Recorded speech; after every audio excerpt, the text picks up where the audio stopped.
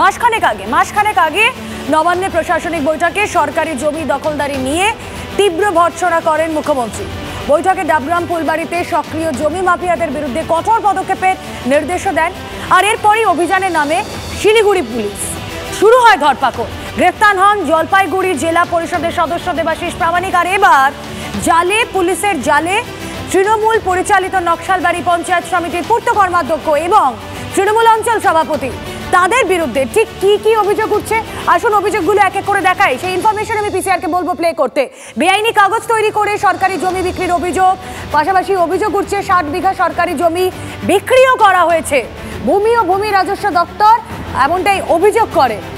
একাধিক জাল দলিল বানিয়ে সরকারি জমি বিক্রির অভিযোগ। দেখুন আর কি অভিযোগ উঠছে তৃণমূল নেতার বিরুদ্ধে, কারণ এখানেই তো শেষ নয়।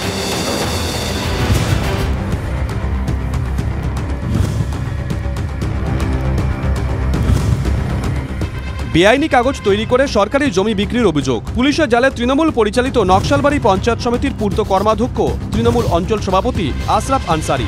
অবৈধ কাগজ তৈরি করে 60 বিঘা সরকারি জমি বিক্রির অভিযোগ। ভূমি ও ভূমি রাজস্ব দপ্তরের অভিযোগের ভিত্তিতে পুলিশ তাকে গ্রেপ্তার করতেই চরম অস্বস্তিতে শাসক শিবির। এর আগে ডাবগ্রাম ফুলবাড়িতে ব্লকের সভাপতি দেবাশিস প্রামাণিক ও কার্যকরী সভাপতি গৌতম গোস্বামী গ্রেপ্তার হন। গজলডোবাতে একাধিক রিসর্টে অভিযান চালায় পুলিশ।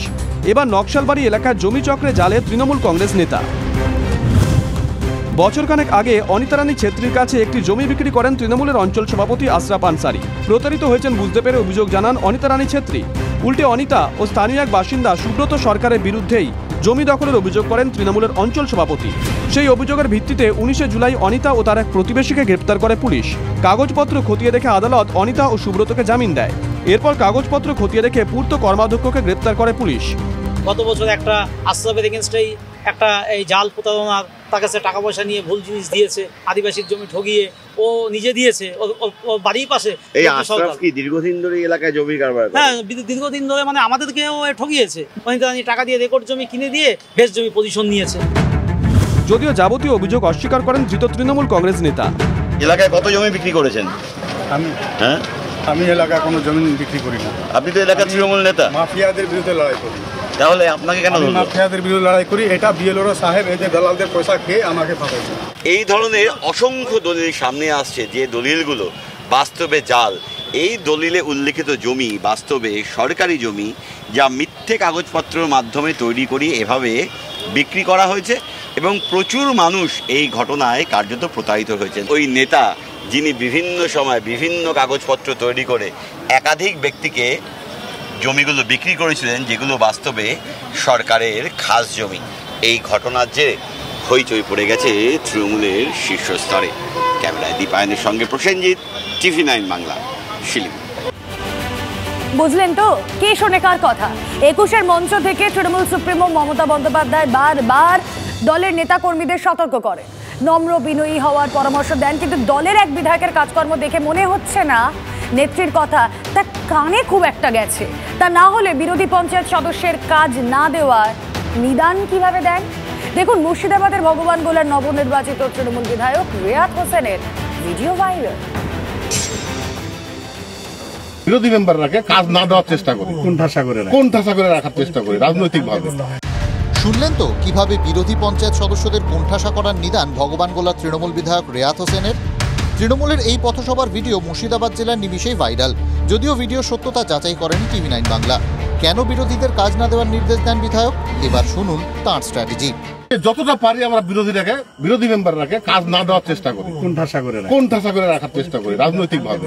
একে যদি কাজ দিই তাহলে এলাকার না দিই তাহলে এলাকার উন্নয়ন হবে না, উন্নয়ন না হলে পরে সামনে ভোট পাবে না। ঠিক আছে, এই আমরা পলিটিক্সটা করি। আমাদের কাছে ভালো সাহেব তাও লাই, তো এটা আমরা করি। বিরোধীদের বাক্সে ভোট আটকাতেই বিধায়কের ভয়ঙ্কর স্ট্র্যাটেজি। নিজের বক্তব্যের কি সাফাই তৃণমূল বিধায়কের?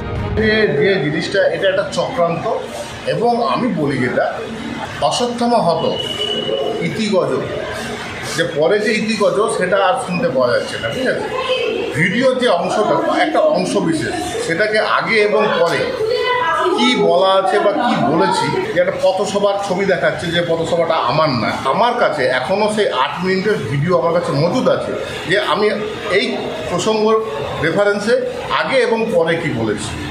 দলের বিধায়কের বক্তব্যকে কি সমর্থন করে জেলা তৃণমূল নেতৃত্ব?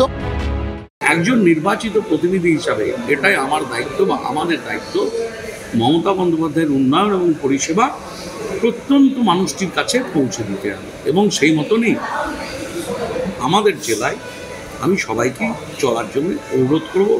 এই ভিডিও সামনে আসায় তৃণমূলকে নিশানা কংগ্রেসের পঞ্চায়েত সমিতির সদস্য তারা যদি কাজ পায় তাহলে এলাকার কাজ করবে, আর যদি শাসক দলের মেম্বার শাসক দলের যদি গ্রাম পঞ্চায়েতের সদস্য প্রধান তারা কাজ পেলে অর্ধেক খাবে, অর্ধেক এমএলএকে দিবে, অর্ধেক নেতাদের দিবে, অর্ধেক এমপিদের দিবে। এই হচ্ছে ওদের চরিত্র। 21-এর মঞ্চ থেকে দলের নেতাকর্মীদের তৃণমূল নেত্রীর বার্তা ছিল, আমরা যত জিতব তত আমাদের নরম হতে হবে, আমরা যত জিতব তত আমাদের দায়িত্ব বাড়বে। রেয়াত হোসেনের মতো নেতারা দলের শীর্ষ নেতৃত্বের নির্দেশকে কার্যত উপেক্ষা করে নিজেদের মতো করে রাজনীতি করছেন।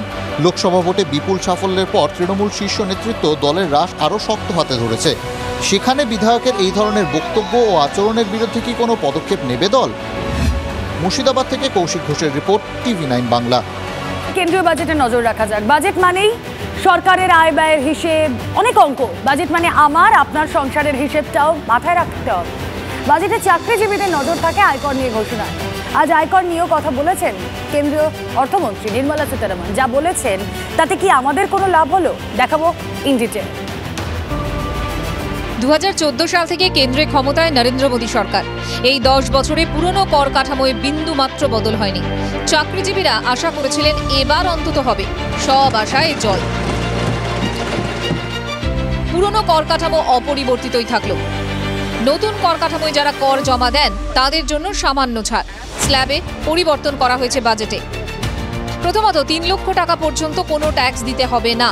3 লক্ষ টাকা থেকে 6 লক্ষ টাকা পর্যন্ত 5% কর দিতে হতো। এখন 3 লক্ষ টাকা থেকে 7 লক্ষ টাকা পর্যন্ত 5% কর দিতে হবে। 6 লক্ষ টাকা থেকে 9 লক্ষ টাকা পর্যন্ত 10% কর দিতে হতো। এখন 7 লক্ষ টাকা থেকে 10 লক্ষ টাকা পর্যন্ত 10% কর দিতে হবে। 10 লক্ষ টাকা থেকে 12 লক্ষ টাকা 15%, 12 লক্ষ টাকা থেকে 15 লক্ষ টাকা 20%, 15 লক্ষ টাকার উপরে 30% হারেই কর দিতে হবে। দু ধরনের ছাড় কিছুটা বাড়ানো হয়েছে। স্ট্যান্ডার্ড ডিডাকশন 50,000 টাকা থেকে বেড়ে 75,000 টাকা হয়েছে। ফ্যামিলি পেনশনে ছাড় 15,000 টাকা থেকে বেড়ে হয়েছে 25,000 টাকা। কত টাকা বাঁচতে পারে হিসেব দিয়েছেন কেন্দ্রীয় অর্থমন্ত্রী। As a result of these changes, a salaried employee in the new tax regime stands to save up to 17,500 rupees in income tax.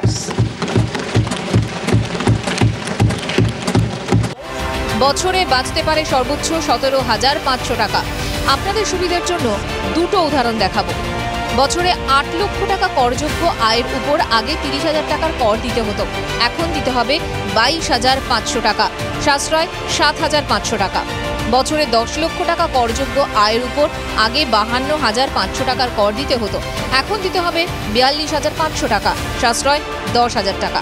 বছরে 20 লক্ষ টাকা করযোগ্য আয়ের উপর আগে 2,85,000 টাকার কর দিতে হতো, এখন দিতে হবে 2,67,500 টাকা, সাশ্রয় 17,500 টাকা। এতে কি আদৌ খুশি করদাতারা? इस बजट में भी इनकम टैक्स में कटौती और स्टैंडर्ड डिडक्शन में वृद्धि का फैसला लिया गया है। হয়তো সরকার সবসময় মানুষের প্রত্যাশা থাকবে, কিন্তু তা সত্ত্বেও যদি মানে করা যেত ভালো হতো। নিশ্চয়ই চেষ্টা করেছেন, আর বেশি করে উঠতে পারেননি। তবে আরও বেশি টাকাটা যদি মানুষের পকেটে দেওয়া যেত তাহলে বোধহয় তাদের ক্রয় ক্ষমতাটা একটু বৃদ্ধি পেত বলে আমি মনে করছি। বহু সংখ্যক মানুষ 10% থেকে 5% নেমে আসবেন, তাদের করের দায় নেমে আসবেন। স্ল্যাবগুলো একটু অল্টারেশন হয়েছে, যদিও খুব মাইনর অল্টারেশন আমার মনে হলো। এটা অ্যাকচুয়ালি 6 মাসের বাজেটের মতনই হয়েছে, কারণ নেক্সট বাজেট আবার আর্লি ফেব্রুয়ারি 2025-এ হবে। আমরা অলরেডি জুলাই মাসের শেষে। আগামী ফেব্রুয়ারি মাসের জন্য অপেক্ষা করা ছাড়া গতি নেই। Bureau report, TV9 Bangla. কর কাঠামোর কতটা কি পরিবর্তন হয়েছে দেখলাম। এবার একটা বড় প্রশ্নের উত্তর খোঁজার চেষ্টা করব। রিবেট, এই রিবেট আছে না নেই? আসুন কিছু ইম্পর্টেন্ট ইনফরমেশন আপনাদেরকে দেখাই। পিসিআরকে বলবো এক এক করে প্লে করতে। আজকের বাজেটে যে প্রশ্নটা ঘুরে ফিরে আসছে, রিবেট আছে না নেই। পুরনো কাঠামোয় 5 লক্ষ টাকা পর্যন্ত করযোগ্য আয়ে কর দিতে হয় না। নতুন কাঠামোয় 7 লক্ষ টাকা পর্যন্ত করযোগ্য আয়ে কর দিতে হতো না। গত বছরের বাজেটেই এই রিবেটের ঘোষণা করেছিলেন কেন্দ্রীয় অর্থমন্ত্রী নির্মলা সীতারামন। এবছর রিবেটের উল্লেখ করেননি কেন্দ্রীয় অর্থমন্ত্রী নির্মলা সীতারামন। বাজেট প্রস্তাবেও রিবেটের কোনো উল্লেখ নেই। এর উত্তর পেতে আরও ডিটেলে আমরা বিশেষজ্ঞদের শরণাপন্ন হয়েছি, শোনাবো তাদের কথা। অর্থনীতি বিশেষজ্ঞদের আশ্বাস, রিবেট থাকছে। রিবেট যেটা ছিল সেকশন 87A-তে আগের বার, সেই রিবেটটা নিয়ে এবার কিছু উল্লেখ করেননি, কিন্তু তার মানে হচ্ছে রিবেটটা আছে। তার মানে 7,75,000 টাকাও যদি আপনার ইনকাম হয়, তার থেকে আপনি স্ট্যান্ডার্ড ডিডাকশন 75,000 টাকা বাদ যাবে এবং তারপরে 7 লাখ টাকা, সুতরাং তারপরেও আপনার ওই ডিডাকশনটা থাকবে, রিবেটটা থাকবে, আপনাকে ট্যাক্স দিতে হবে না। ওটা কি আছে, একটা আলাদা ইনকাম ট্যাক্সের রিবেট হয়। রিবেটটা সেকশন 87A-তে হয়। ওটাতে আছে যে ওরা 7 লাখ টাকা পর্যন্ত যে ইনকাম হয় তার উপরে ট্যাক্স হয়, ওটা ওরা ছাড় পেয়ে যাবে। পেমেন্ট করতে হচ্ছে না ট্যাক্সটা। নিউ ট্যাক্স রিজিমে যারা আওতায় পড়বে ওদের জন্য 7 লাখ টাকা পর্যন্ত মানে ট্যাক্স দিতে হবে না।